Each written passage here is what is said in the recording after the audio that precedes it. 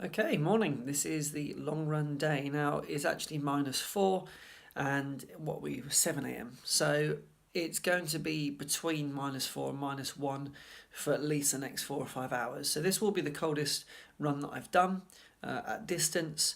And so I'm just trying to prepare myself now for what I'm going to wear. Clothing wise, as you know, in my long run prep video, I got my clothes I wanted. It's just now deciding about this kind of top layer.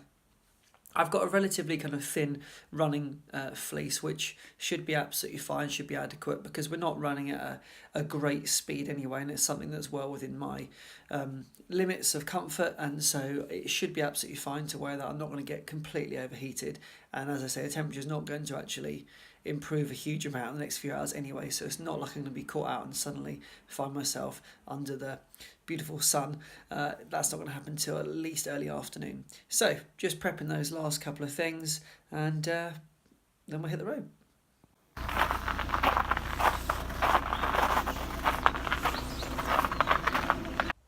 I cannot begin to describe how beautiful that drive was just then. Coming through the countryside, orange sun just burning through the trees. Yeah, it's icy and it's snowy, but that perfect picturesque winter postcard scene. Obviously driving, not going to be able to get a photo of that, but it just gives me a little boost knowing that the visuals today should be stunning, and hopefully if we keep to the trails we shouldn't encounter too much ice underfoot. Well, look, this is an honest account of my journey, isn't it? That was really genuinely quite emotional in a way that it kind of hit me. I didn't really realise it was going to be like that. We did lots of trail running. The snow had kind of turned to ice, and by about 3 or 4k, I was in a bad way, in terms of feeling absolutely exhausted, truly exhausted. I knew that we were doing. It was 12 miles we had planned to do today. And I just didn't really know what to do about it, because I think I was mentally and physically focusing so much on not falling over. I kind of tensed up, as I mentioned before. And so I started to feel a little bit of my kind of ankles and back. And I did begin to just kind of really relax into it. But it was seriously hard work. The hardest run I've done to date. And I know it will benefit me, primarily the kind of muscle groups it was working. I didn't walk. I kept running. I kept trudging on. I fell behind the group probably by at least a minute and a half in some places, but I just kept plodding on. I kept thinking to myself, actually, this is really good. This is good practice mentally for if and when it happens in the marathon, which I'm assuming it will. Just trudge on. Just keep, one foot in front of the other. Keep going.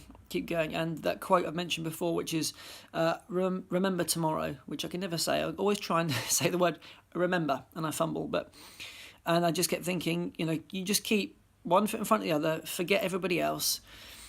In the end, I think my average time was something like, 6:25, and their average time was like 6:13. I don't really care about that. It was tough. It was really tough. And like I said, kind of the emotions hit me a bit, because I just started feeling for the first time, can I do this? And I knew I could do it, but it really was the first time it's hit me when I thought, I don't know what to do here. I don't know how to quite deal with this. I've got to work through this, and I did work through it.